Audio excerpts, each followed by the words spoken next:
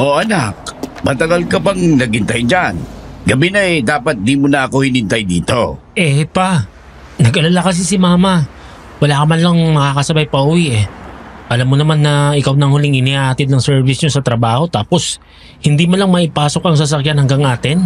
Hindi talaga maipasok kasi bukod sa napakasukal na napakitid pa nagdaan. Ikaw talaga. Pa, lumipat na kaya tayo sa bayan. Masyadong liblib itong tinitira natin tapos nakawala raw yung aswang na balat ahas. Nagpaparamdam sa gabi at may mga nabibiktimang dayo. Anak, saka tayo lilipat sa bayan kapag college na kayo ni Patrick. Sa ngayon dito na muna tayo at nandito ang lupa na ipinamana ng lolo at lola mo. Alam mo na, kahit papano natataniman natin.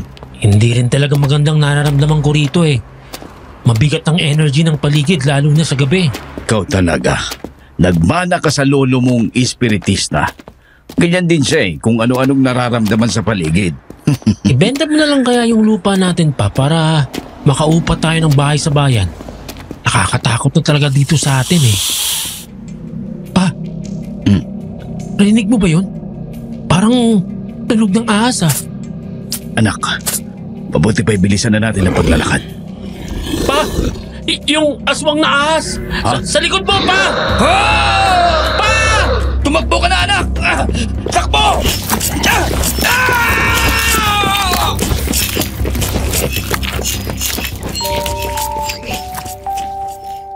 Paano ko makakalimutan ang araw na yon?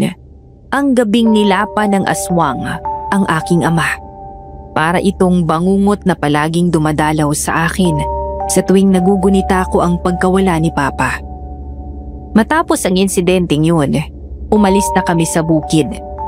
At ang nanay ko ay nag-abroad para maipagpatuloy namin ang pag-aaral. Nangupahan kami sa isang apartment na matatagpuan sa isang lugar na hindi pa naman kagaya sa Kamaynilaan. Pero sobrang lapit na sa kabihasnan. Bumibisita pa rin naman kami sa bukid para usisain ang aming mga pananim. Pero unti-unti nang nawala ang balita tungkol sa aswang na balat ahas.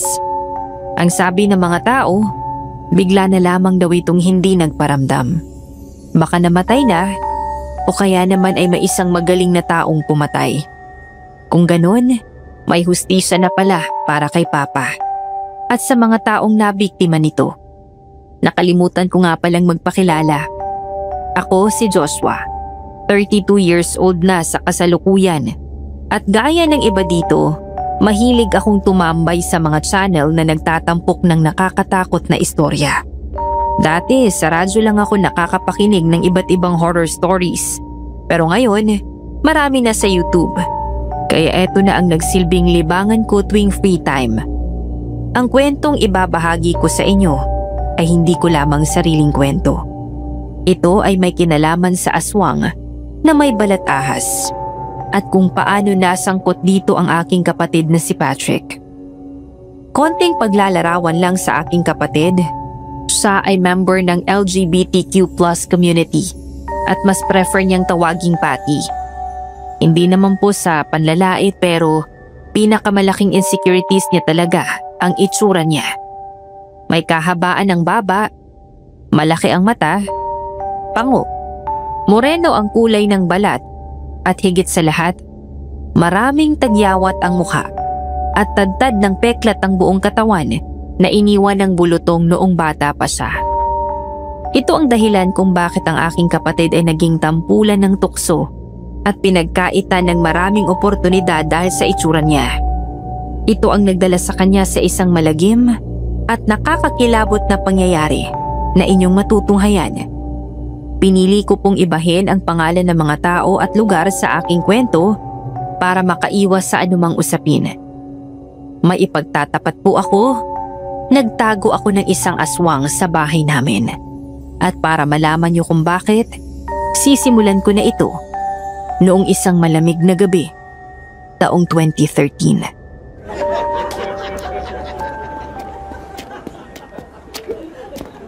Hoy! Ayun ang aswang! Magtago kayo! Hoy! Anong aswang ang pinagsasabi mo? Aswang! Hindi ikaw! Ate, iyan mo na sila. Huwag mo na silang patulan. Anong magpatulan? ngayong gabi. Hindi ko palalampasin ang ginagawa ng mga walang iyang mababahong yan. Ay, away na naman. Ikaw, Bogart, na palamunin. Ang kapal ng mukha mong sabihan akong aswang, ikaw nga. Inaaswang mo ang asawa ng ibang nagpapakahirap sa pagtatrabaho sa ibang bansa, ang misis mo. Hoy, tumigil ka, aswang ka. Baka kung ano magawa ko sa'yo. Tumigil ka rin sa katatawag sa akin na aswang. Kasi sa ating dalawa, ikaw ang tunay na aswang.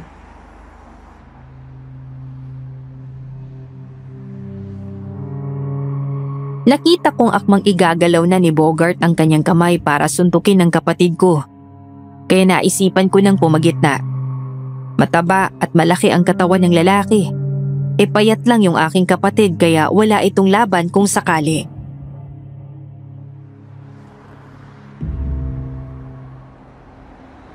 Oy, tama na yan, Kuya Bogart. Iinom mo na lang yan. Mainit ang ulo ni Ate Patty ngayon kaya wag mo nang painitin pa. Ate ka mo. Bakla naman yan eh. Anong sabi mo? Ate, tama na. Umuwi na tayo sa atin. Ay, sa susunod, tatamaan ka talaga sa akin. Ate, tara na. Tama na yan.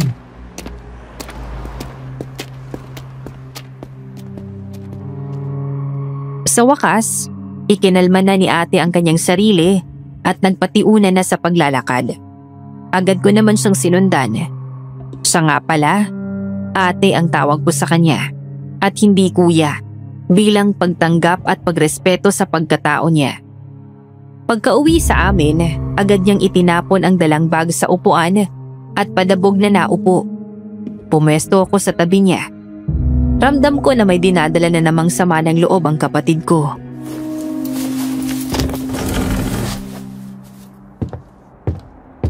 Ate, hindi ba nagpa-register ka dun sa Miss Gay pageant na gaganapin sa bahay natin? Kumusta pala yun? Eto, hindi ako natanggap. Hindi raw qualified ang itsura ko para maging candidate. Makeup artist na lang ako. Nandun ang friend ko eh. Ate, okay lang yan. Magaling ka namang mag-makeup eh. Bumawi ka na lang dun. Ay, sa bagay. Ano pa bang magagawa ng isang pangit na kagaya ko? Alam nga namang ipilit ko, di ba? Ang kikinis at si sexy ng mga kasama kong bakla doon. Baka nga naman, mapaya lang ako. Ay, nako ate. Yang ka na naman. Nilalait mo na naman ang sarili mo. Siya nga pala ate, maiba ako. Di ba bukas ng interview mo dun sa in-applyan mong trabaho? Ano? Ready ka na ba? Of course, I'm ready.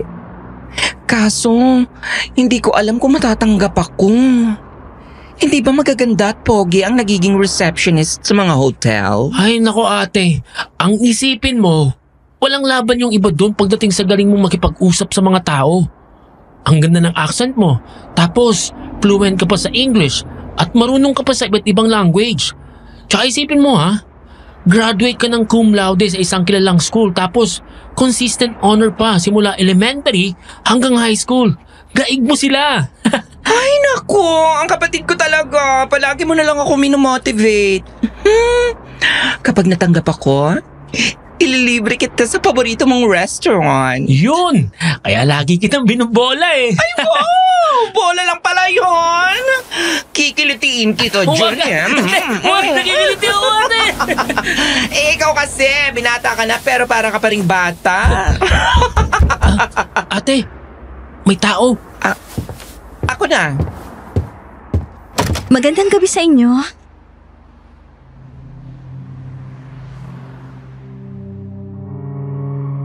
Parehas kaming napatulala ni ate sa ganda ng babaeng napagbuksan niya. Kung ilalarawan ko ito, ay kahawig siya ni Christine Hermosa na may kaunting pagkakatriona gray. Maputi, matangkad, at napakakinis ng kanyang balat. Marahil bago lang siya sa apartment kaya hindi pa namin siya kilala.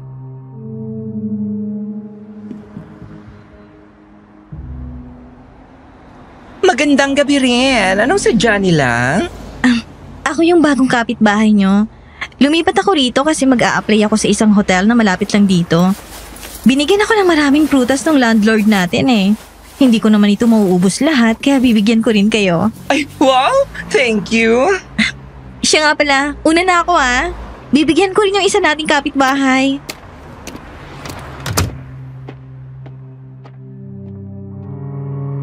Pagkaabot ng supot na may lamang prutas, ay umalis na ang babae. Nag-iwan pa ito ng ngiti na punong-puno ng karisma. Naramdaman ko na lalong nag-iba ang mood ni ate. Wala siyang ekspresyon nang ipinatong niya ang dalang supot sa lamesa.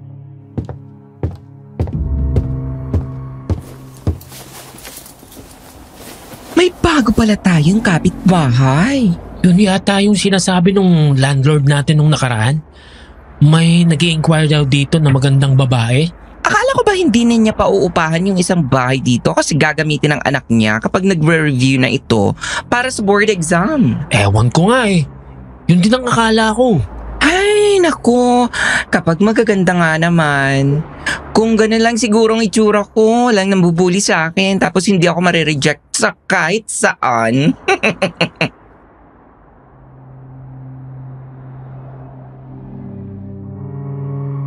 Nangingilid ang luha sa mga mata ni ate habang sinasabi yon. Hindi na lang ako nagsalita dahil nasasaktan din ako para sa kapatid ko. Kinabukasan, wala akong pasok pero maaga akong gumising para ipaghanda ng almusal si ate. Naisipan kong maghintay sa naglalako ng pandesal na dumadaan tuwing umaga. Paborito kasi ni ate yung pandesal na tinda nito. At sa aking pinaghihintayan, nandoon yung dating bakanteng bahay na ngayon ay tinitirhan na nung magandang dalaga. At nang makalapit ako dito,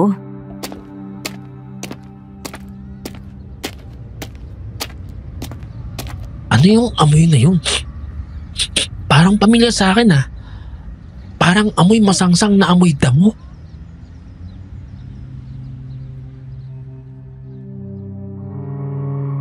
bukod pa dito, iba ang naramdaman ko sa bahay na yun. May kakayahan kasi akong maramdaman ang mga negatibong enerhiya at simula nang mapalapit ako doon, parang hinihigop ang aking lakas. May kakaibang puwersa. Hanggang sa bigla na lamang lumabas mula sa loob ang isang lalaki. Halatang nanghihina ang kanyang katawan. Maitim ang palibot ng mga mata at parang sobra ang panlalambot. Nagmamadali itong umalis at parang natatakot. Dahil dito, namuo ang pagtataka sa aking isip. Parang may kakaiba sa bahay ng magandang dalagang yun.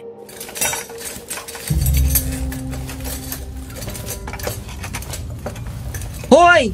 Joshua! Ate, Kanina ka pa wala sa muda. Simula nang dumating ka noong bumili ka ng pandesal tapos nagluluto ka ng itlog, kinakausap kita, hindi ka nagsasalita. Tapos ngayon, nasa harap ka ng hapagkainan, para kang nakakita ng multo kong makatulala. Ano nangyayari sa'yo? wala. Ay sos, imposible. Baka in love ka na doon sa babaeng bagong lipat dito sa apartment ha? Baka magdamag mong iniisip kagabi yan. Kaya ka nagkakaganyan. Love at first sight lang ang peg? Ate, kilala mo naman ako, di ba? Hindi ako nagkakagusto sa isang tao dahil lang sa itsura. Hindi ko pa naman siya kilala, tsaka parang kabaliktaran nga ang nararamdaman ko eh. Ay? Anong nararamdaman mo? Alam mo ate, di ba?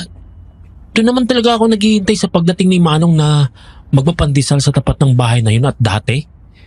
Wala pa akong naaamoy o nararamdaman na kakaiba. Pero simula nung lumipat yung babae na yun, parang may nagbago. Yan ka na naman sa mga psychic mong atake dahil sa mga kung ano-anong mabibigat na enerhiyang nararamdaman mo sa paligid. Oo ate, mabigat talaga eh.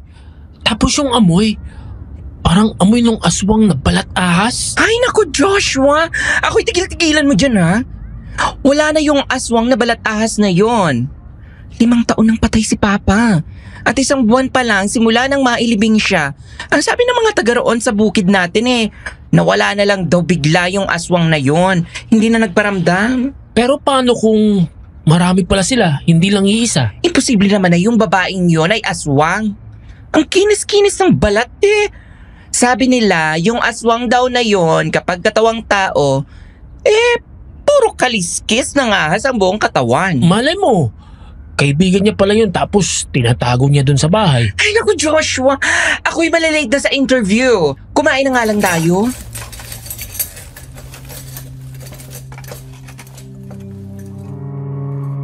Parang bumalik sa akin yung bangungot, Miss Ligaya. Pero pinilit kong kalimutan para hindi maapektuhan si ate. Dahil araw na ng interview sa unang trabaho na mapapasukan niya. Para mas lalong lumakas ang loob ng kapatid ko, naisipan ko siyang samahan sa hotel na ina-applyan niya.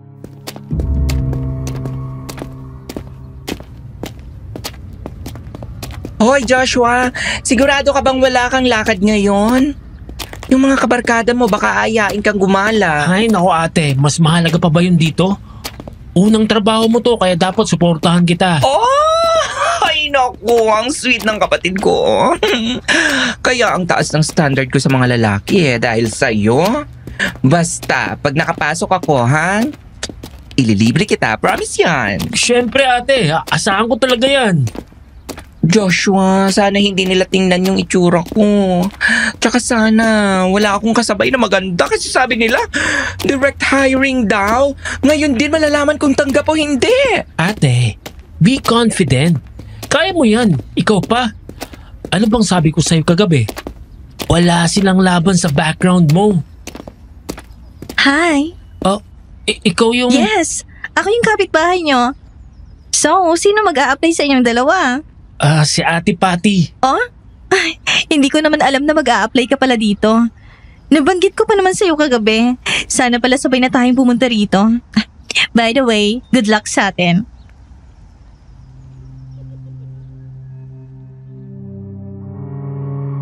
Hindi na nagsalita pa si ate.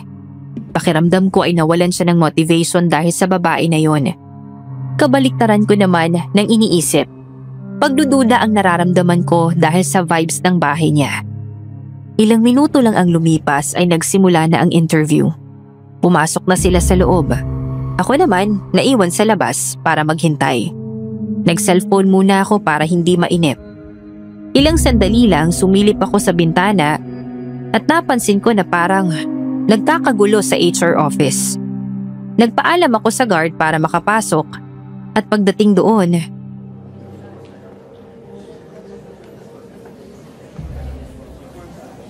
For your information, walang ka-effort ang sagot ng babaeng yan sa interview tapos unang question mo pa lang sa akin, cut na agad?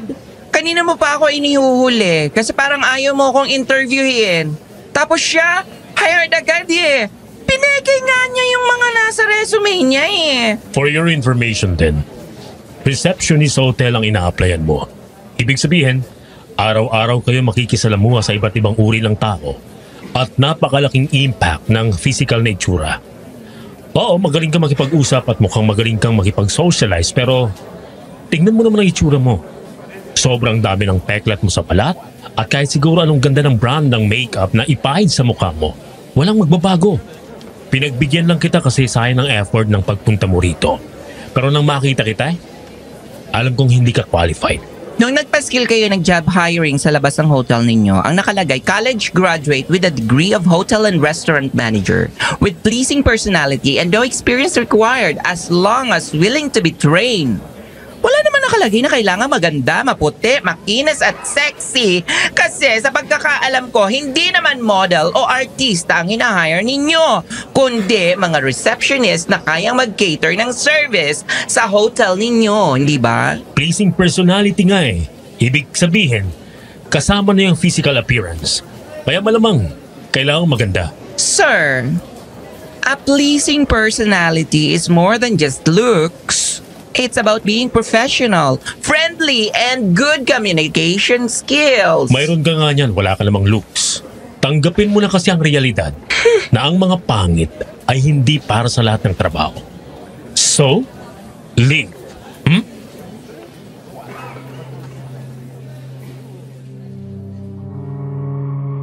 hindi na makapagsalita si ate. Nakita kong mangilid-ngilid ang luha niya nang tumalikod. Inirapan din niya yung babaeng kapitbahay namin nang makita niya ito. Samantala, hindi muna kami umuwi ng bahay. Dinala ko siya sa paborito niyang coffee shop para kahit papano, lumamig ang kanyang ulo.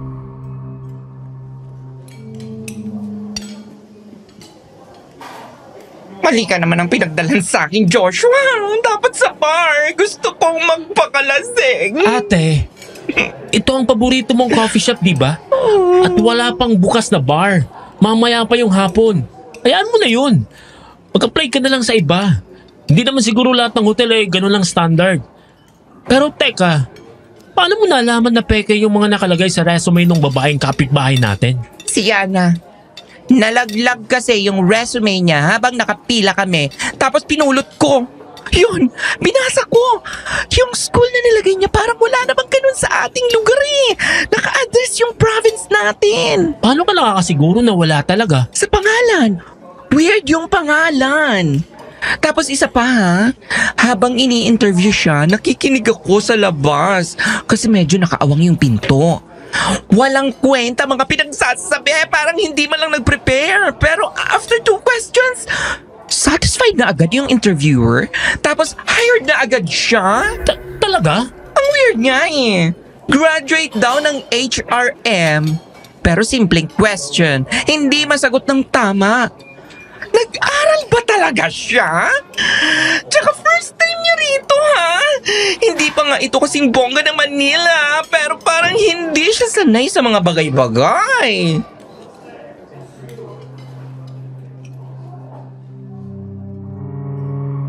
Mas lalo akong nahiwagaan. Iba ang dating noon sa akin. Parang may itinatago ang babae na yon. Samantala, doon na nagsimula ang matinding inggit ni Ate kay Yana. Hanggang dumating sa punto na kung ano-ano ng beauty products ang ginagamit niya para lang mapantayan. Ang ganda nito. Sa lahat ng yun naman, walang umepekto sa kanya. Pero hindi siya tumitigil hanggat hindi nagiging kasing ganda ni Yana.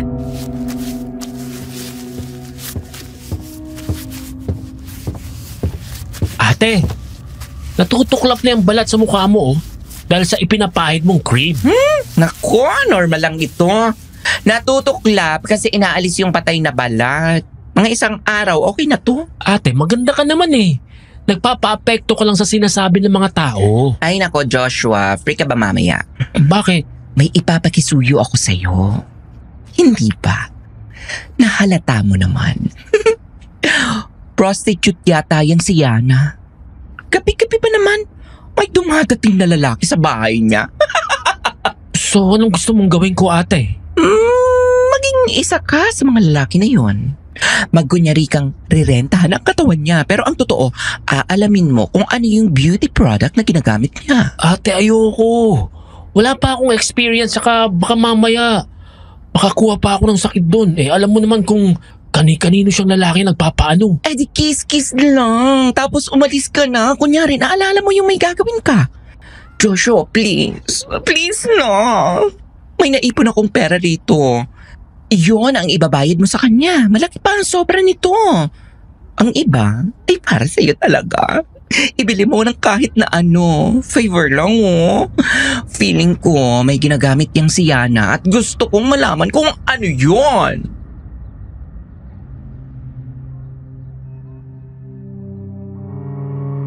Wala akong nagawa kundi sundin ang gusto ng kapatid ko. Dala ang perang binigay niya. May kaba akong pumunta sa bahay ni Yana. Kasi naibook na pala ako ni ate through text message. At pagdating doon, agad akong kumatok sa pinto ng kanyang bahay.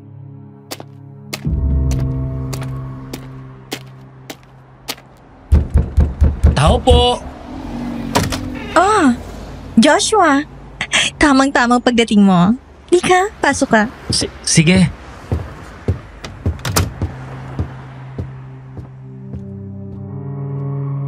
Pagkatapak ko sa loob ng kanyang bahay ay agad na naglinga si Yana. At mukhang sinisiguro na walang nakakakita sa amin. Pagkasara ng pinto, pinaupo niya ako sa sofa. Mas lalo kong naamoy yung masangsang na naamoy ko sa tapat ng bahay niya noong isang umaga. Mas matindi at mas malakas pala ang amoy nito kapag nasa loob ng bahay.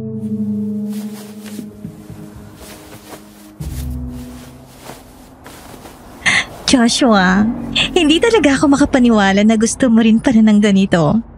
Ang tingin ko sa iyo parang ang bait mong lalaki tapos puro pag-aaral lang ang inaasikaso. Gusto ko lang mag-explore.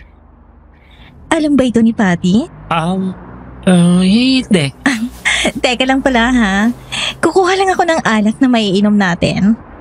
Magpainit muna tayo bago natin gawin yung alam mo na.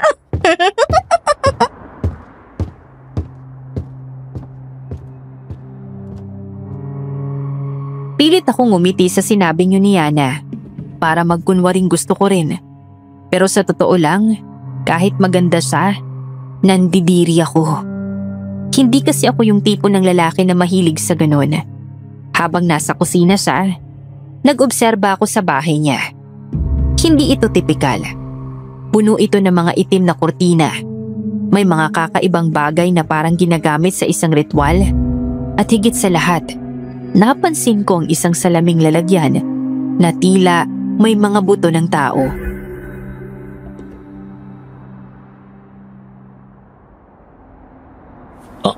Anong klaseng collection yun?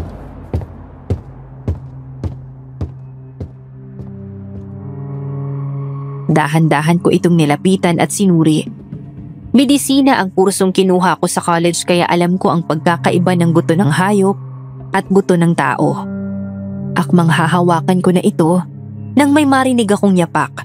Kaya naman bumalik na ulit ako sa sofa.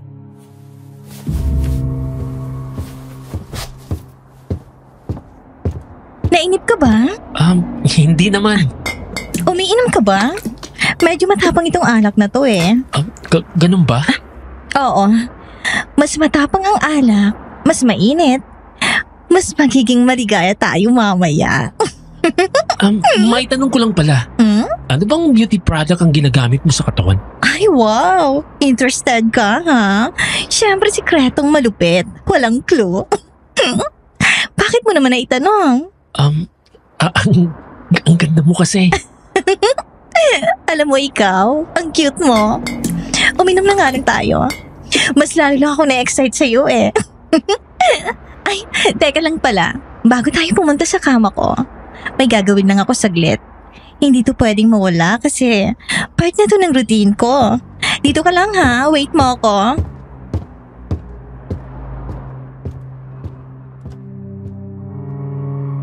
Tumango ako sa sinabi niyo ni Yana bilang pagsang-ayon. Nagmadali siyang pumunta sa loob ng isang silid at palihim naman akong sumunod. Palagay ko kasi, ito na yung sinasabi niyang sikreto. Ang ginagamit niyang pampaganda. May maliit na butas sa tabi ng pinto at doon ako sumilip. Nakita kong kinuha niya ang isang bote na tila may lamang langis.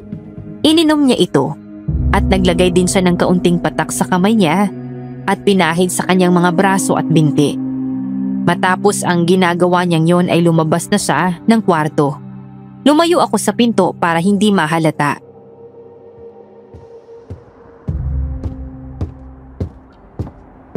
Anong ginagawa mo dyan? Hindi ka na makapaghintay, no? Masyado ka bang excited? First time mo siguro, no? Ganun na nga. O wala pa akong experience. Okay lang yan. Sabi nga nila, masaya kapag first time mong maranasan ang isang bagay. Tama ka. Oh, sige na. Tara na sa kama. Simulan na natin.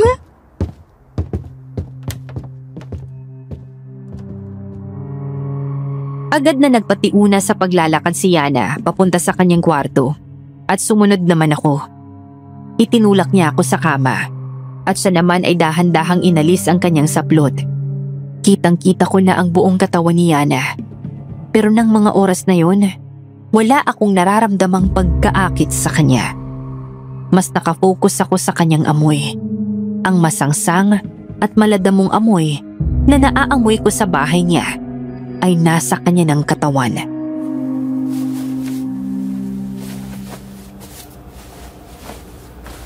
May pagkasuplado ka ba o takot ka lang? Yung iba kasi, kapag nakita na nilang katawan ko, ginaganaan na sila. Ikaw para kang estatue dyan. Sige na, simulan mo na. Halikan mo ako sa labi. Sige. Huwag kang matakot. Matututo ka rin. Tingnan mo. Mamaya, para ka nang nakikipaglaban sa digmaan.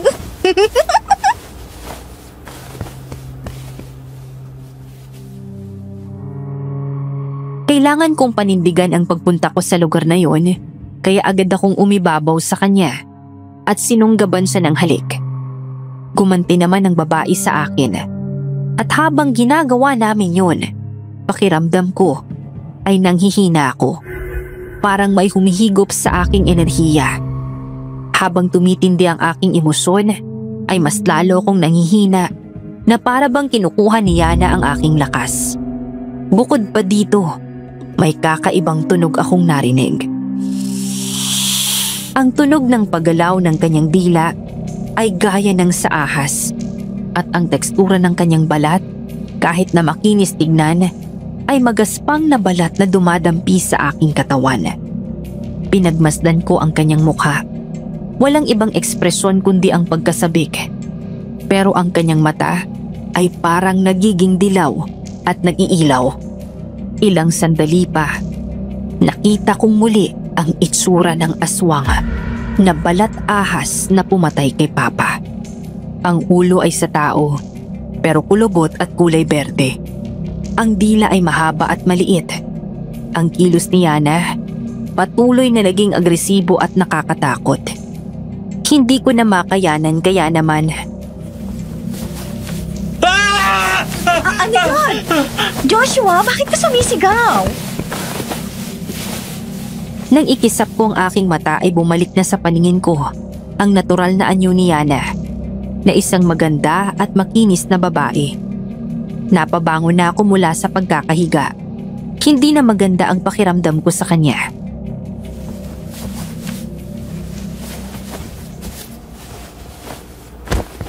Ano ba? Wala pa nga tayo sa exciting part eh. Ayaw mo na agad? Hindi mo pa ako napapaligaya. Kailangan ko nang umalis. May assignment nga pala ako Ano ka ba, Joshua? Akala ko ba gusto mo?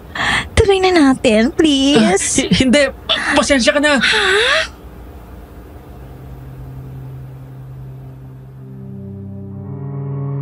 Agad kong dinukot mula sa aking bulsa ang pera na ibinigay ni Ate Patty at inabot lahat yon sa kanya.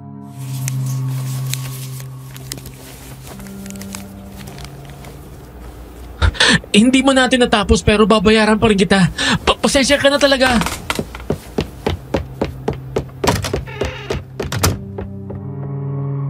Tumayo ako mula sa kama at tumakbo palabas ng bahay. Hindi ko pa rin maintindihan ang nararamdaman. Para akong naubusan ng lakas. Samantalang hinahalikan ko lang naman siya. May kung anong puwersang parang naagaw sa aking sistema. At hindi ko maintindihan kung bakit ganon ang pakiramdam ko. Samantala, agad akong umuwi sa bahay. Naligo at nahiga sa aking kwarto. Magdamag lamang akong gising. Ang kilabot na naramdaman ko ay ayaw akong patulugin. Kinabukasan, tinanong ako ni ate tungkol sa nangyari.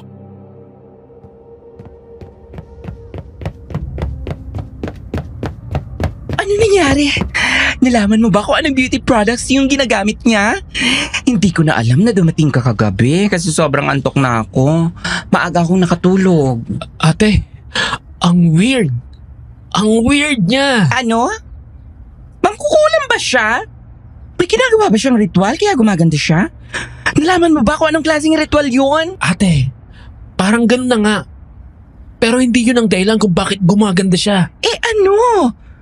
Ay Joshua, diretsuhin mo na kasi ako. Mamaya ka na lang magkwento. Gusto ko nang malaman kung anong beauty products yung ginagamit niya. Ate, may iniinom at ipinapahid siya sa balat na isang langis. Langis? Aber! Maraming iba't ibang uri ng langis. Nalaman mo ba kung anong langis yon? Ate, amoy ahas yung langis na yon.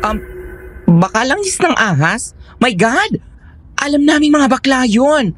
Bakit hindi ko agad naisip na gamitin yon? Sabi nila maganda raw yun sa balat. Nakakaalis ng mga peklat. In short, nakakakinis. Kaya naman pala makinis ang balat ni Baklang Yana. Saan kaya nakakabili nun? Ay, hindi. Mas maganda kung yung ginagamit niya mismo ang gagamitin ko. Wala ka bang inuwi dyan? Ate, isinesekreto nga ni Yana yung tungkol sa ginagamit niyang pampaganda. Ano pa ako makakapag-uwi nun? Ay naku, ang hina mo naman. So, dapat pa akong pumunta doon para direktang magtanong sa kanya? Ate, wag na, please. Parang awa mo na. Sa tingin ko, may kakaiba kay Yana. At hindi natin siya dapat pagkatiwalaan. Alam mo ba kagabi, parang naubos ang lakas ko. Parang hinihigop niya ang energy ko. Kasi naman, sabi ko sa'yo, kiss-kiss lang. Baka naman tinutuo mo na. Scare talaga mga lalaki no? Ang hilig sa alam mo na. Hindi ate, maniwala ka sa akin. Ate baka aswang si Yana. Kasi may mga aswang daw na hinihigop ang lakas ng kanilang biktima. Parang yun ang nangyari sa akin kagabi. Hay nako, Joshua, ayaw mo pang aminin. Ang dami mo pang sinasabi. Okay lang yan. Pero make sure na gumamit ka ng protection ha. Kasi alam mo na, dapat mag-ingat. Si Bogart na lang pakisuyuan ko mamaya. Dating snatcher naman ang lalaki na yon. Tsaka isa pa, patay na patay yun kay Yana. Lagi ba namang topic sa mga kainuman niya? Kapag napapadaan ako sa kanila, hindi yun tatanggi. Kasi bibigyan ko siya ng pera. Ate, pwede bang tama na? Nauubos ang pera mo dyan ah. Wala ka pang trabaho. Hoy, rumarakit ako. Taga-makeup sa mga bakla. Kaya hindi ako nauubusan ng pera, no? Tsaka nakalaan naman ito sa mga beauty products ko eh. For sure. Worth it yung magagastos ko kapag nakuha ko na yung langis ng ahas. Mawawala na itong pesting peklat sa aking balat.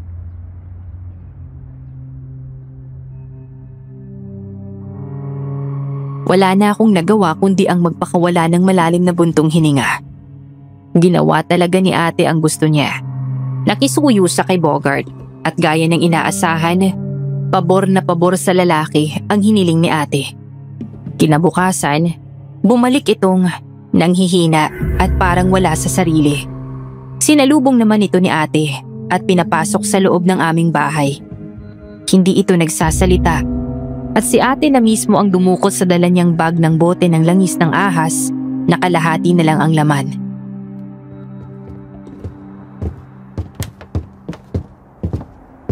Ano ka ba, Bogart?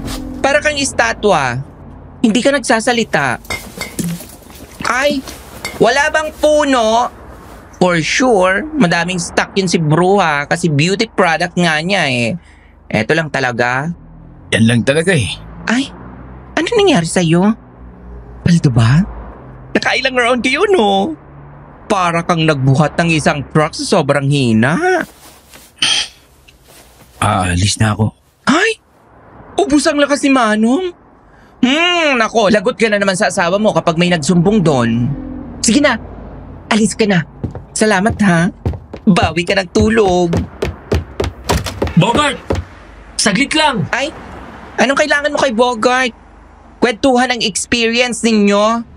Ay, mga lalaki talaga. Diyan muna kayo. Maliligo muna ako kasi may pupuntahan ako. May racket ako ngayon eh. Sa weekend ko na lang ito iinumin para nakarest ako buong maghapon.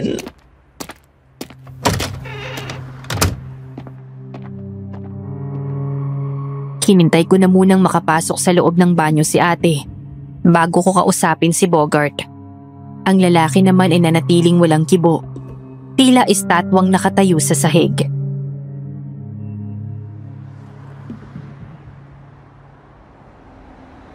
Bogart, may nakita ka ba o naramdaman habang may ginagawa kayo ni Yana? Oo, wala. Bakit ganito siya? Naubusan din naman ako ng lakas pero hindi ako ganito nun. O wala ka bang maalala? Oo, wala akong maalala.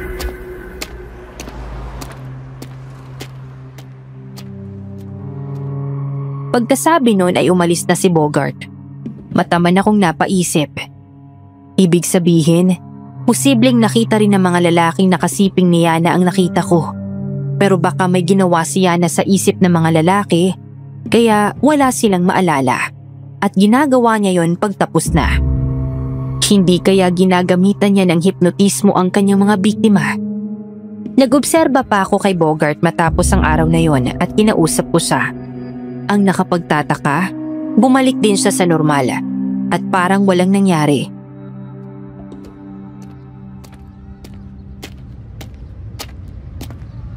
Oh, ano ginagawa mo rito, Joshua? Gusto mong uminom, ha? Dapat nagdala ka ng alak. Wala akong pera eh. Wala ka bang nakitang kakaiba habang may ginagawa kayo ni Yana? Meron siyempre. Heaven. Bogart, wala ka sa sarili pagkalabas mo sa bahay ni Yana. Ano? Uy hindi Abay na ako nakagising. Niloloko nga ako ng anak ko. Sabi niya, naglalakad daw ako ng tulog. Anong naglakad ng tulog? Sa palagay ko hinatid ako ni Yana. Kaya ako nakauwi sa amin. Paano mo pala nakuha yung bote ng langis ng ahas? Siyempre, bago pa may mangyari sa amin, kinuha ko na yun. Tapos inilagay ko dito sa bag ko. Ang bait nga ni Yana eh. Naisipan niyang dalhin yung bag ko nung iuwi niya ako. Tsaka, di niya nahalata. May pagka-inosente rin pala yung babaeng yun. Sa bahay niya? Anong itsura ng bahay niya? Bakit ba ako tinatanong? Sa tingin ko nanggaling ka rin naman dun, di ba? Ikaw pa.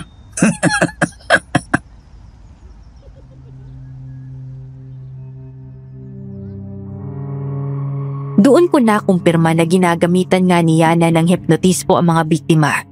Ginagawa niya ito pagkatapos ng may mangyari. Hindi niya nagawa yun sa akin dahil sa pagmamadali kong umalis. Naisip ko na may kakaiba talaga sa kanya. Kaya naman nang iinumin na ni ate ang langis ng ahas.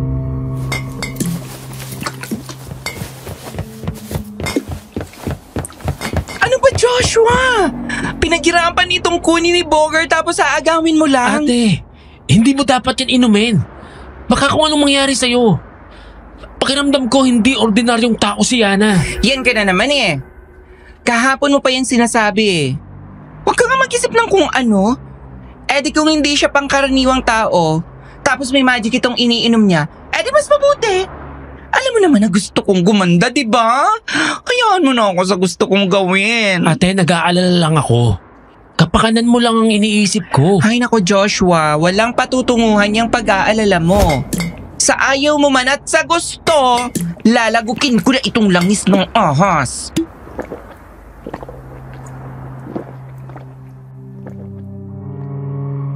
Wala na akong ginawa nang binuksan na ni ate ang takip ng bote at dahan-dahang ininom ang langis nito. Ako naman ay nanonood lang sa kanya. Napansin ko ang pagbabago sa ekspresyon ng aking kapatid. Bahagya siyang napangisi, marahil dahil sa kakaibang lasa nito. Matapos inumin yun, ay umubos siya ng malakas.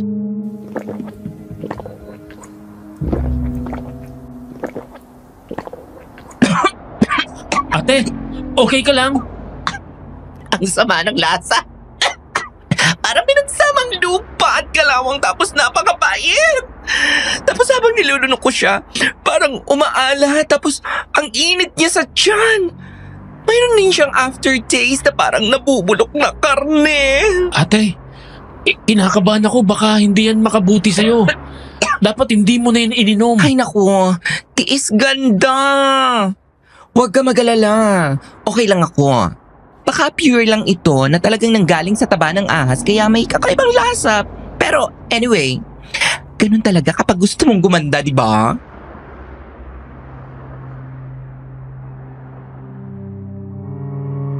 Hindi ko talaga mapigilan ng kapatid ko kahit na sobra na akong nag-aalala.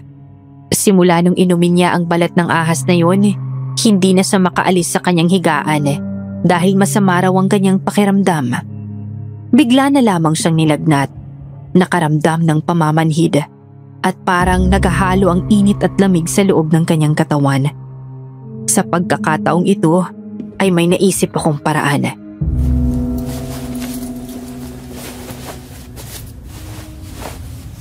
Joshua, saan ka pupunta? Sa bukid natin. May magaling dong albularyo. Baka magamot ka niya. Si Mang Tonyo? Baka patay na yun. Matanda na yun, di ba? Grabe ka naman. Malay mo naman, buhay pa. Magaling yun. Joshua, wag na. Baka ganito lang talagang epekto nito sa akin. Kasi inilalabas ng katawan ko yung mga toxic na bacteria o kung ano-ano para kuminis yung katawan ko. Ramdam ko na effective ito. Kasi parang may ginagawa siya sa loob ng katawan ko. Ate, Paano kung hindi pala yan makakabuti sa'yo? Kaya nagkakaganyan ang pakiramdam mo. Ganito na lang ate. Diyan ka lang, magpahinga ka. Sa tingin ko, albularyo makakagamot sa'yo at hindi doktor.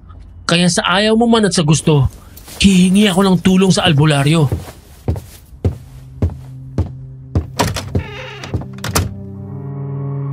Wala nang nagawa si ate nang umalis ako. 6:00 na ng hapon nang makarating ako doon dahil 1:00 ng tanghali nang bumiyahe ako. Yun lang kasi ang available kong oras. Kampante naman ako dahil wala na ang aswang sa lugar namin. Pero nang mapadaan ako sa sukalan,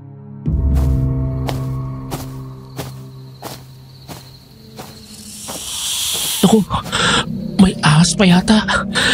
Bakit ba naman kasi hanggang ngayon hindi pa tinatabas sa mga damo rito? Napag-iwanan na tong lugar na to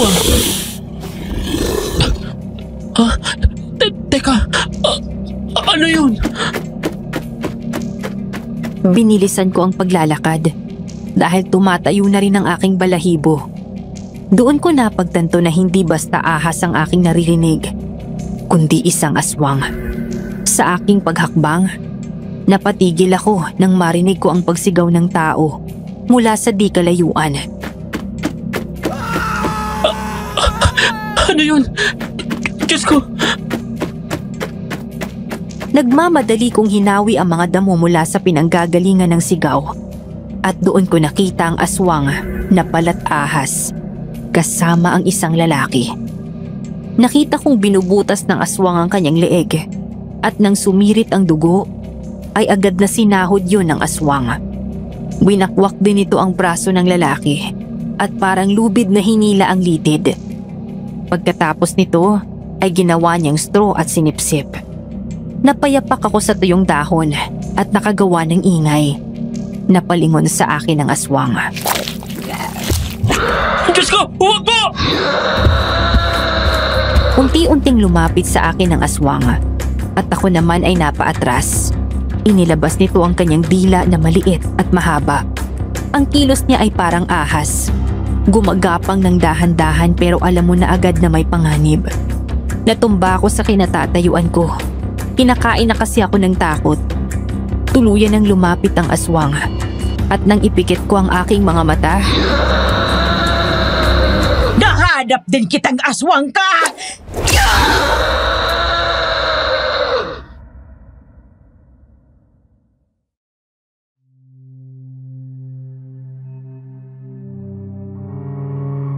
Nakita ko kasi ang isang babae na sa palagay ko ay nasa edad 60. Pinaghahampas nito ng buntot pagi ang aswang. Nang manghina ito, tinalian niya ang leeg ng lubid na dala niya. Pagkatapos, kinuha niya mula sa dala niyang bag ang isang bote na may lamang pulbos ng insenso at kamanyang. Inihagis niya yon sa aswang. Pagkatapos ay kinuha niya ang posporo at sinindihan. Nagsisigaw ang aswang habang sinusunog ang katawan. Lumapit naman sa akin ang babae.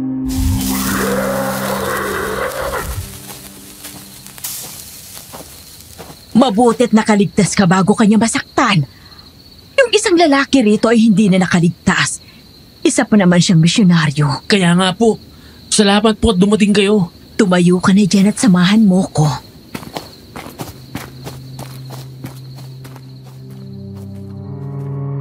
Inireport namin sa otoridad ang nangyari sa lalaki. Pero hindi namin sinabi na nabiktima ng balat ahas na aswang. Sinabi na lang namin na nilapa siya ng mabangis na hayop. Pagkatapos, sumama ako sa ginang yon dahil alam kong siya ang kapatid ni Mang Tonyo.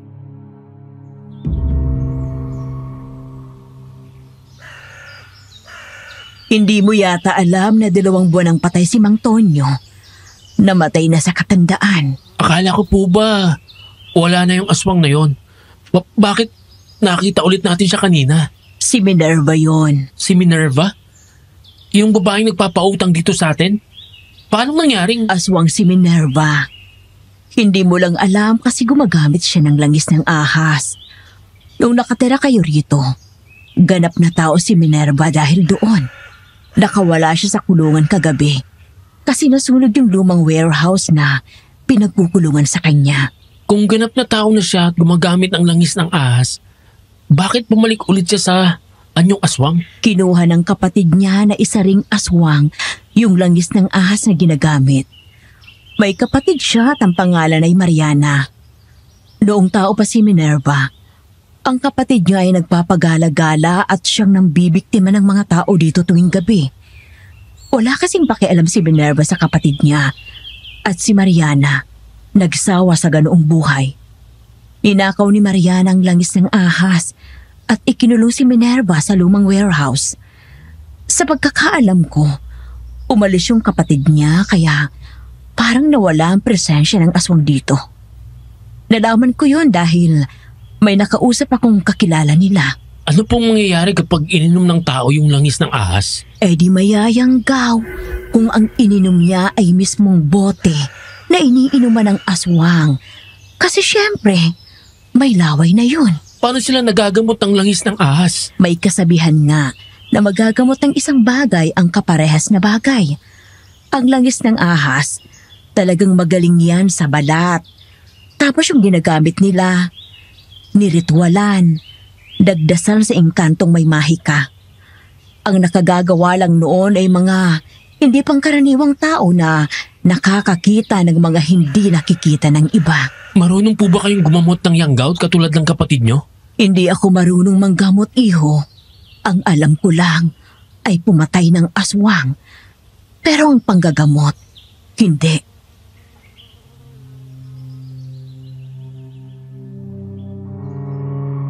Sa pagkakataong yun, alam ko nang di ko siya maaasahan kagaya ni Mang Tonyo. Dahil sa mga narinig ko, nagkaroon ako ng hinala.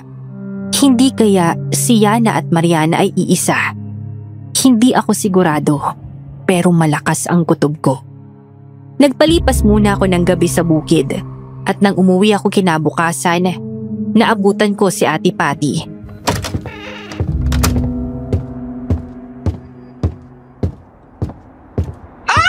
Ano yun, Ate Patty? Okay ka lang ba? May masakit ba sa'yo? Ay, ang OA. Siyempre, okay lang ako. Masige lang ako kasi nawala yung mga peklat ko sa katawan. Sabi ko naman sa'yo effective tong langis ng ahas. Tingnan mo kuminis ang balat ko. OMG, I'm excited. Ang lagnat mo ba, ate, nawala na? Hindi pa rin ako ganun ka-okay. Pero at least, di ba? Okay na ang balat ko, Joshua. Thank you. Kung hindi dahil sa'yo, di ko malalaman na may ganito si Yanang bakla.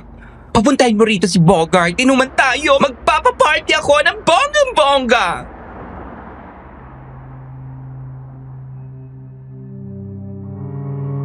Tila maganda naman ang epekto ng langis ng ahas kay ate.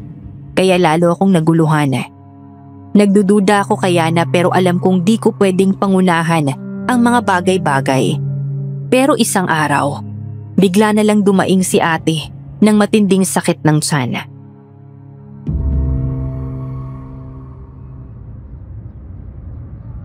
Ate, dali na kaya kita sa ospital. Oo, Joshua, please. Hindi ko na kaya. Parang hinihiwa ang mga organ ko sa tiyan. Saglit lang, ate, ha. Tatawag lang ako ng ambulance. Joshua. Ate, nasusuka ka ba? Nag-iina ako, Joshua. Samahan mo ako sa CR. Sige, ate. Kumapit ka sa akin. Agad na kumapit sa akin si Ate Patty para makalakad ng maayos papuntang banyo. Pagdating doon ay walang tigil na sumuka siya. Nagulat ako nang makita ang kulay ng suka niya. Kulay berde na parang hinog na sipon at nana. Napakalapot ng kulay nito at napakasangsang ng amoy. Ate, ano bang kinain mo? Bakit ganyan ang kulay lang yung sinusuka mo? Hindi ko alam. Hindi ko alam, Joshua.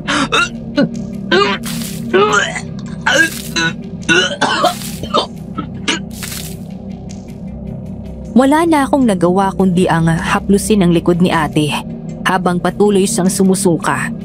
May isang parte ng katawan ni ate ang nakaagaw ng aking pansin at ito ang kanyang binti. Napansin ko na parang magaspang ito at parang balat ng ahas. Sa pagkakataong yun, kumabog ng malakas ang aking dibdib. Oh! Tapos na akong sumuka, Joshua. Hindi mo na ako kailangang dalhin sa ospital dahil nawala ng sakit ng tiyan ko. Teka, bakit ka nakatulala dyan? Ate? Ano yun? Yung binti mo, ate, parang... Ano ba, Joshua? Diretsahin mo na ako! Teka, anong nangyari sa binti ko? Ay! Parang balat ng ahas! Parehas kaming natuliro. Alam kong ang may gawa nun ay ang langis ng ahas. Pumunta ako sa bahay ni Yana para magtanong tungkol doon, pero walang tao. Sinabi ng landlord namin na umalis si Yana dahil nadistino daw ito sa ibang hotel. At isang araw, nagulat na lang ako sa nangyari sa kapatid ko.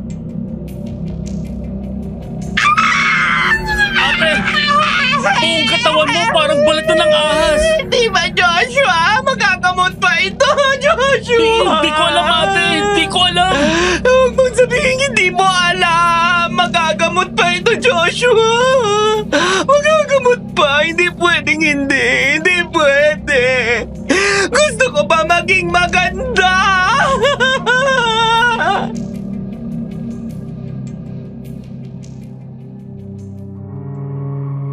Sobra akong naawa sa aking kapatid.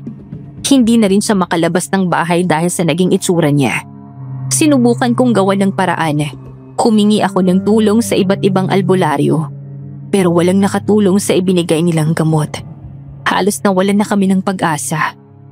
Isang gabi, habang natutulog ako sa aking kwarto, ay nagising ako sa malakas na kaluskos mula sa kwarto ni ate.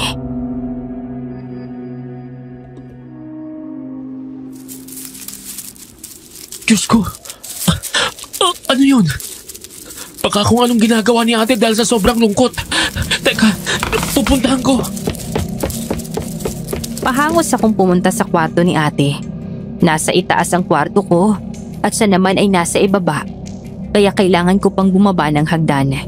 Pagdating doon, nakita kong nakaawang ang pinto kaya sumilip na muna ako. Wala naman siya dito ah. Saan naman kaya pumunta yun?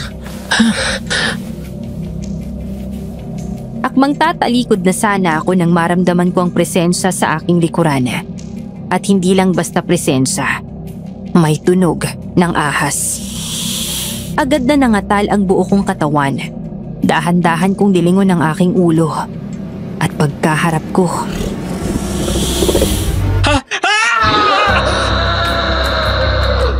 Bumungad sa akin ang nakakatakot na nilalang.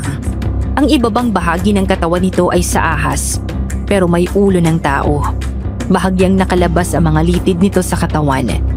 Berde ang kulay ng balat, dilaw ang mga mata, at may dila itong kagaya ng sa kobra. Napaatras ako at tumakbo. Sinundan niya ako pero mabagal ang kanyang kilos. Nagtago ako sa loob ng CR at mahigpit na isinara ang pinto. Diyos ko!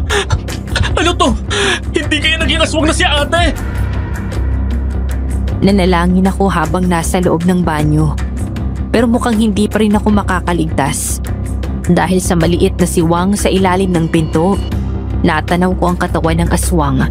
At ilang saglit lang ay pinag-uumpog nito ang kanyang ulo sa pinto. Naghanap ako ng malalabasan sa loob ng banyo pero walang pwedeng madaanan dito. Kinuha ko ang brush na panglinis ng inidoro at inihanda bilang pamalo. Ilang saglit pa, nakapasok na ang aswang. Ikaw si Ate Pati, hindi ba? Ako ito, si Joshua, punsong kapatid mo. Huwag mo akong sasaktan, parang awa mo na. Nagugutom ako.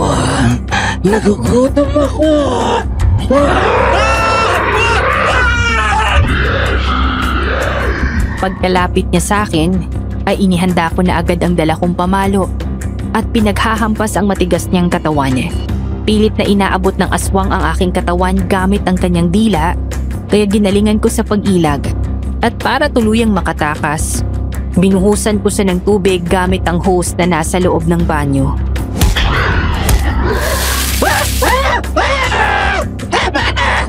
Sasaktan! Kapatid mo ako!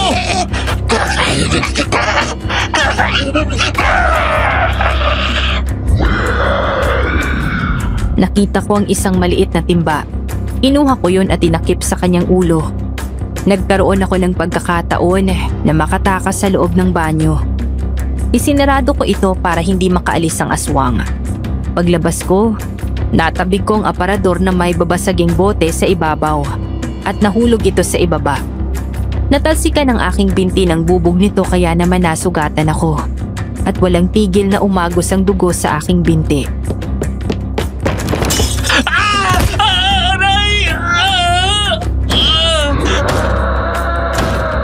Narinig ko ang malakas na lagabog mula sa banyo. Marahil pinipilit buksan ng aswang ang pinto dahil baka naamoy niya ang dugo sa aking binti. Naghanap ako ng pwedeng ihampas o gawing pangontra hanggang sa nakita ko sa loob ng aparador ang isang baril. Pagmamay-ari pa ito ni Papa na nadala namin sa paglipat. Kinuha ko yun at ilagyan ng bala. Ilang saglit lang, nakalabas na ang aswang mula sa banyo.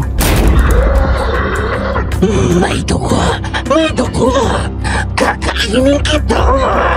Pasensya na, Ate Patty! Kailangan ko itong gawin para matigil ka! Hindi mo ako pwedeng patayin!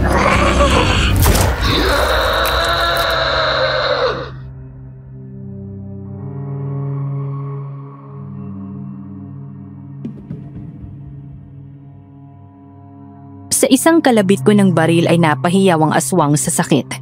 Sa bandang ibaba ko ito tinamaan para mabuhay pa rin siya. Dahil nanghina na ang aswang, nagkaroon ako ng pagkakataon na maitali siya sa kwarto. Nang maging tao siya kinaumagahan, ay ginamot ko ang mga tama ng bala at hindi ko na siya hinayaang makalabas ng kwarto. Dinadalhan ko na lang siya ng pagkaing walang asin. Akala ko, okay na kami sa ganoong setup. Pero kinagabihan,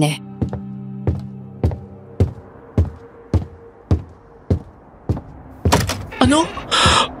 Wala na naman siya rito. Kahit na nung higpit ng tali ko, nakakawala pa rin.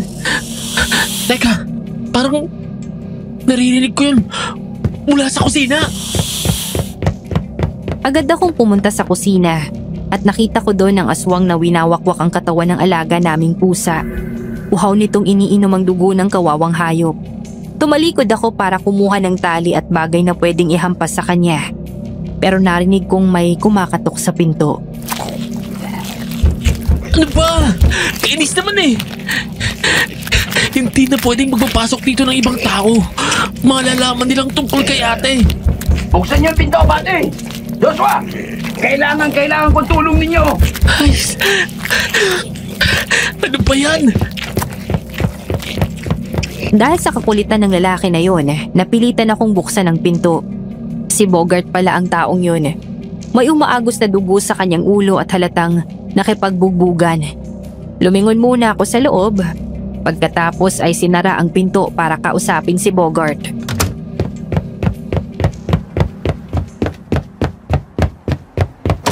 Anong kailangan mo?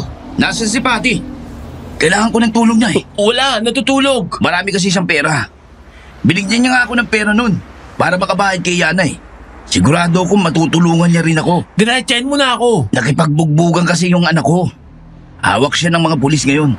Ito nga nadamay ako. Natamaan ako ng bote ng alak habang nagsasakitan sila.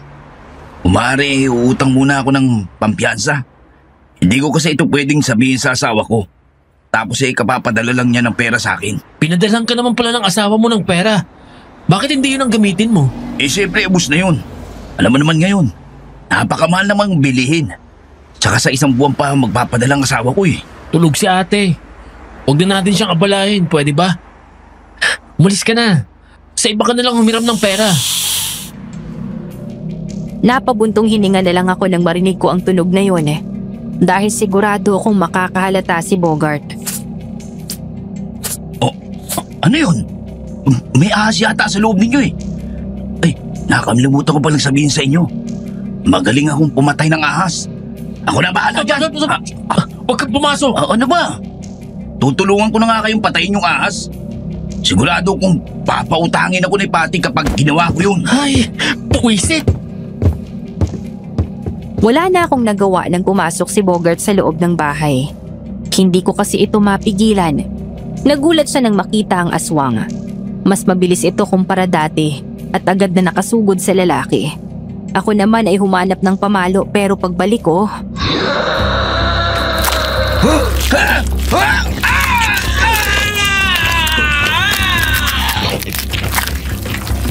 wala na akong nagawa dahil tuluyan ng winakwak ng aswang ang leeg ni Bogart. Uhaw na sinipsip ang lahat ng dugo. Pinaghahampas ko ito kaya nagawa ko muling itali pero patay na si Bogart.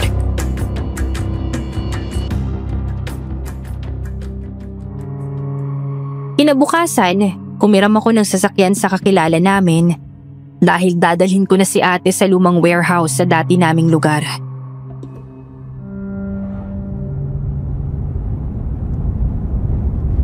Joshua, hindi totoo yan. Hindi ako pumapatay ng tao. Napatay mo lang nga si Bogart, ate. Mabuti na lang, nakagawa ko ng paraan. Sira ang CCTV sa lugar natin kaya nagawa ko siyang maiuwi sa bahay nila. At naglagay ako ng kutsilyo sa kamay niya para palabasin siyang nagpakamatay. Sumulat pa ako ng peking letter sa isang papel na nagsasabing na mamaalam siya para mukhang makatotohanan. At hindi pwedeng malaman ng mga tao ang tungkol sa'yo. Oh, bakit ka umiiyak, ate? Dapat pala na kontento na lang ako sa sarili ko. Naging mas malala tuloy ang nangyari sa akin kumpara sa itsura ko dati. Ate, hindi lang naman ikaw ang may kasalanan kung bakit ginusto mong maging maganda. Asyado ka kasing inapin ng mga tao dahil sa itsura mo. Tao ka lang din na gusto mong maranasan ang pagtanggap ng iba. Hindi kita masisisi.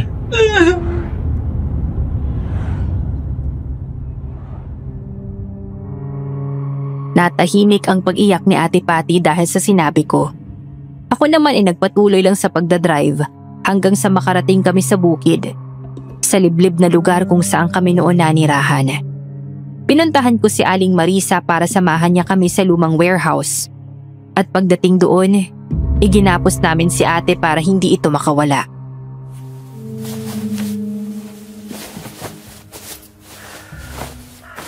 Ate, I'm sorry.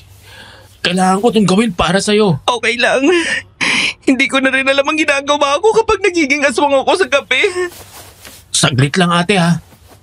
Kakausapin ko lang si Aling Marisa. Sige. Aling Marisa, okay na po bang pagkakatali ko kay ate? Sigurado po akong hindi na siya makakalis doon mamayang gabi. Iho, kinakabahan ako. Palalakas ang mga kagaya nila tuwing gabi. Kahit anong higpit ng tali mo, makakaalis pa rin sila. Ano pong gagawin natin? Hindi ko pwedeng pabayaan ang kapatid ko. Iho, wala na yung pag-asa. Wala akong alam na gamot sa mga ganyan. Kung nung nilalagnat pa siya, dinala mo sa mga albularyo, naagapan pa sana. Alam mo kasi, kapag sumuka na sila ng itim o berdeng likido, wala nang pag-asa. Magiging aswang na sila habang buhay. Natatakot ako. Baka maperwisyo pa siya sa mga taong nakatira dito. Alam mo ba, matagal nang nabubuhay sa takot ang mga taga rito. Ang iba nga sa kanila ay nagsialisa na. Ano pong gusto niyong mangyari? Patayin si ate? Aling Marisa, kapatid ko siya. At bukod kay mama, siya na lang ang pamilyang meron ako. Hindi ko yun magagawa sa kanya. Tsaka sigurado ako, ang langis ng ahas din ang makakagaling sa kanya. At hahanapin ko yun. Naiintindihan kita pero... Magbabantay po ako rito buong magdamag. Hindi ko hahayaang makalabas ang kapatid ko. O sige, dadalhan ko na lang siya ng dugo ng baboy mamayang gabi para hindi siya maghanap ng dugo. Iiwan ko rin sa iyo itong buntot pagi. Paluin mo nito para manghina at madali mo siyang maigapos.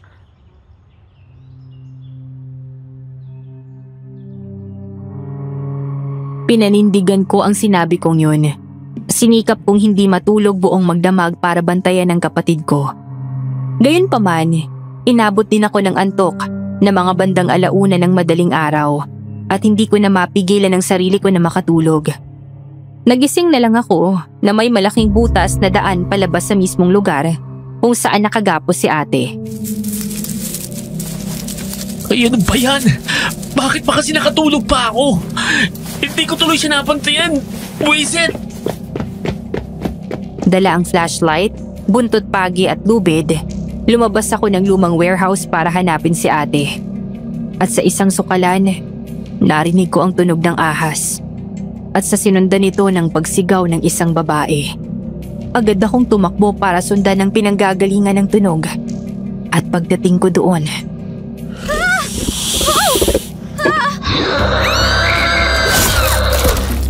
mas lalong lumakas ang aswang. Dinurog niya ang ulo ng babae at pagkatapos ay sinipsip niya ang mga dugo sa utak nito. Winakwak din niya ang dibdib at parang tubig na sinalok ang dugo. Saka sumubsob doon para inumin yun. Kahit kapatid ko siya, natatakot ako para sa sarili ko. Lalo na nang humarap ito sa akin.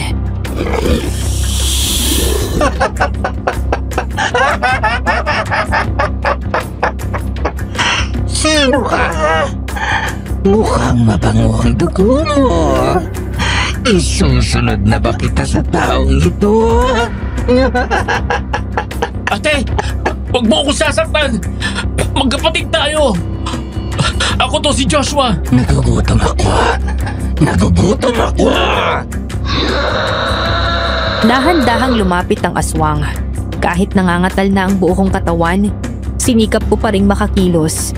Inihanda ko ang buntot pagi at nang makalapit na sa akin ang nilalang, buong lakas ko siyang hinampas.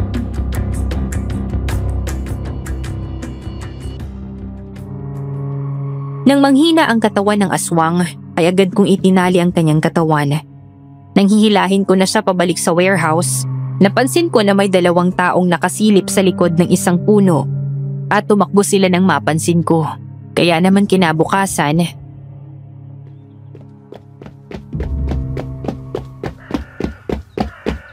Iyo, hindi mo ba nabantayan ng maayos ang kapatid mo? Pasensya na po. Hindi ko po napigilan ng sobrang antok kagabi. Kaya nakatulog ako habang nagbabantay. May nakakita sa pag-atake niya sa isang babae. At ang malala pa, anak ni Kapitan yung babae na yun. Galit na galit ang kapitan, kaya naghahanap siya ng mga taong marunong lumaban sa aswang. At ang balita ko, alam nilang nandito kayo sa warehouse, kaya pupuntahan nila kayo. Naku, ano po kayang gagawin natin? Umalis na kayo rito. Pumunta kayo sa bundok at doon na lang muna kayo magtago. Kung gusto mong mabuhay ang kapatid mo, huwag mo siyang hahayaang makita ng mga tao.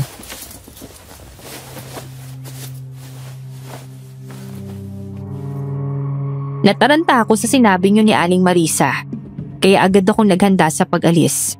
Gayunpaman, nang paaandarin ko na ang dala naming sasakyan, ay ayaw nitong gumana.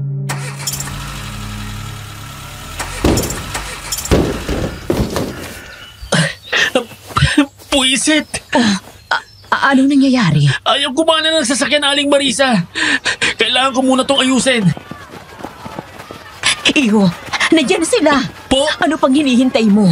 Umalis na kayo. Lumabas na kayo dyan sa sasakyan at tumakbo. Sige po, Aling Marisa.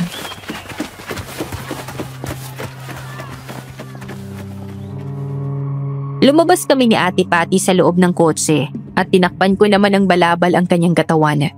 Mabilis kaming tumakbo pero may nakakita sa amin kaya hinabol nila kami. Wala nang pakialam sa mga matitinik na damo na tumutusok sa amin. Subalit nakarating kami sa bangin at tila wala na kaming ibang madadaanan.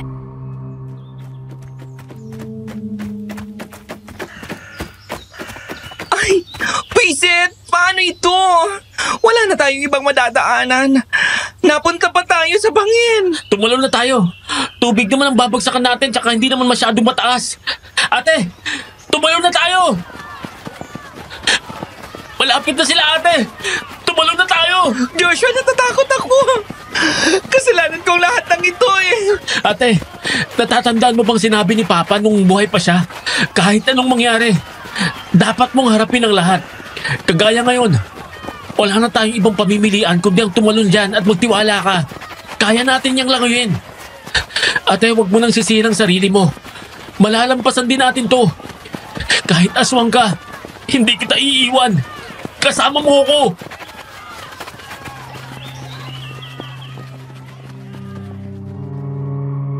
Maluhaluhang tumango si ate sa sinabi ko. Magkahawak ang aming mga kamay at bago pa tuluyang dumating ang mga taong humahabol sa amin, magkasabay kaming tumalon sa bangin at bumagsak sa tubig. Magkasama kaming lumangoy at nang makarating kami sa pampang, may nakita kaming babae at ito ay walang iba kundi si Yana.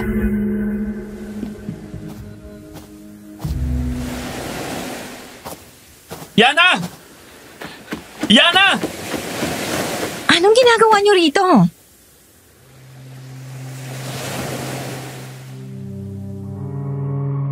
Pinagmasdan ko sa ang kanyang braso at binti ay may balat ng ahas. Doon ay naging malinaw sa akin ang sagot sa mga tanong sa aking isip.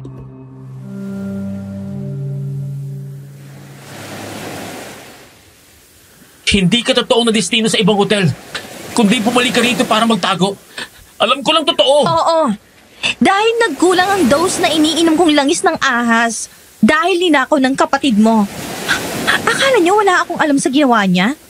Nagsabuhatan pa kayong dalawa kasama si Bogart? Hinayaan ko lang siya nang matikman niyang epekto ng ginawa niya. Kaya tingnan mo nangyari sa kanya. Naging aswang. Pero kaya lang naman siya nagkaganon dahil nasaktan siya sa mga panlalait at pang-aapi sa kanya. Ang sabihin mo, nadala siya ng inggit. Alam mo ba kung gaano kahalaga sa akin ang langis ng ahas? Doon lang ako nagiging ganap na tao. Hindi ko na kailangan ng sariwang dugo ng tao sa gabi. Ang kailangan ko lang ay enerhiya ng tao na naihigop ko sa tuwing sumisiping ako sa mga lalaki. Bukod sa langis ng ahas, ang enerhiya ng tao kailangan ko para maging ganap ang aking pagiging tao. Hindi ka pagganap na tao. Nakita kita nung gabing yon. Mabilis na nagbago ang iyong anyo. Mabilis lang yon dahil kapag nasa proseso ako ng paghigop ng enerhiya ng tao, nawawalang pagiging aswang ko. Dahil sa labis na emosyon at puwersa na nasa loob ng katawan. Pero mabilis lang yon at nawawala rin. Pero alam mo ba, walang nakaalam ng sikreto ko maliban sa'yo.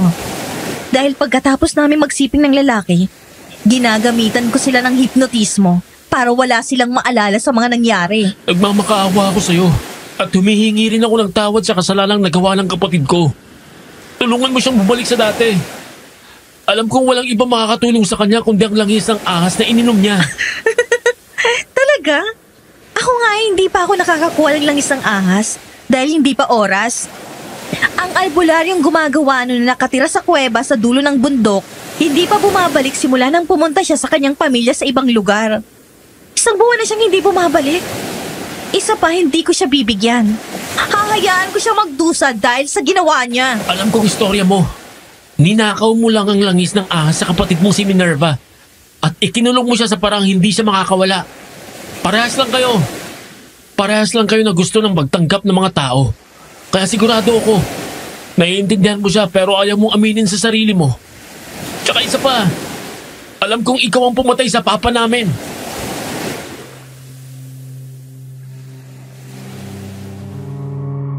Hindi nagsalita si Yana. Umalis lang siya at iniwan kami. Kami naman ay nagtago sa bundok at bumibili na lang ako ng mga dinodonate na dugo sa mga foundation para sa kapatid ko. 1 buwan din na ganun yung setup at nagpabalik-balik lang ako sa bayan at bundok. Makalipas ang 1 buwan, nagulat ako dahil binisita kami doon ni Yana. Makinis at walang bahid ng ahas ang balat niya, kaya tiyak akong nakuha na niya ang langis ng ahas.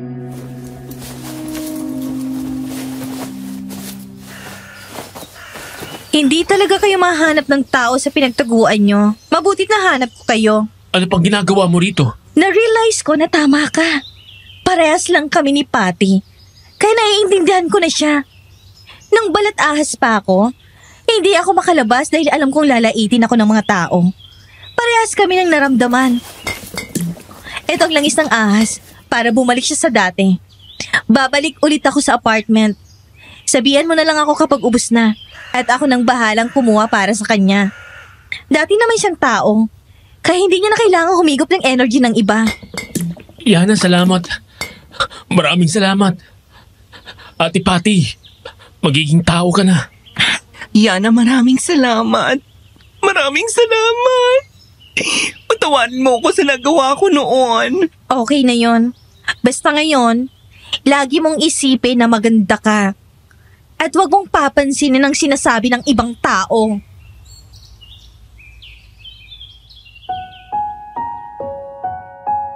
Nabuhayan kami ng pag-asa.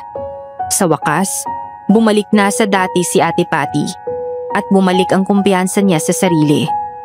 Ginawa na lang niya ang gusto niya, ang pagiging isang makeup artist. At dahil dito, naging maganda ang career niya. At nakita ko na hindi na niya pinapansin ang panlalait ng ibang tao. Hindi na namin pinaalam sa nanay namin sa abroad ang mga nangyari dahil ayaw naming mag-alala ito. Pero makalipas ng 1 taon, namatay si Ate Patty dahil sa isang aksidente. Masasabi ko na bago siya mamatay, natanggap niya ang kanyang sarili. Simula din noon, wala na kaming naging balita tungkol sa aswang na balat ahas. Marahil si Minerva at Yana lamang ang may nabibilang sa ganoong lahi sa modernong panahon. Nawala na rin ako ng balita kay Yana dahil bigla na lamang itong umalis at hindi nagpaalam. Baka may nakaalam na ng kanyang lihim. Ang realidad sa kwento ni Ate Patty ay tungkol sa paanong binibigyang halaga ng lipunan ang panlabas na kagandahan at kung paano ito nakakaapekto sa mga tao na tinuturing nila na pangit. Ang masasabi ko po dito, huwag nating laitin ang panlabas na anyo ng iba dahil hindi natin alam kung gaano sila nasasaktan sa mga salitang binibitawan natin na nakakaapekto sa kung paano nila tignan ang kanilang mga sarili at ang mundo. Dahil ang bawat tao ay may kanya-kanyang kagandahan. Hanggang dito na lamang po ang aking kwento. Lubos na gumagalang, Joshua. Para sa mga tagapakinig, may karanasan din ba kayo na kung saan pinaburan ang kagandahan kaysa totoong talento o kakayahan? Paki-comment ang inyong kasagutan at huwag kalimutang mag-like and subscribe. Maraming salamat po.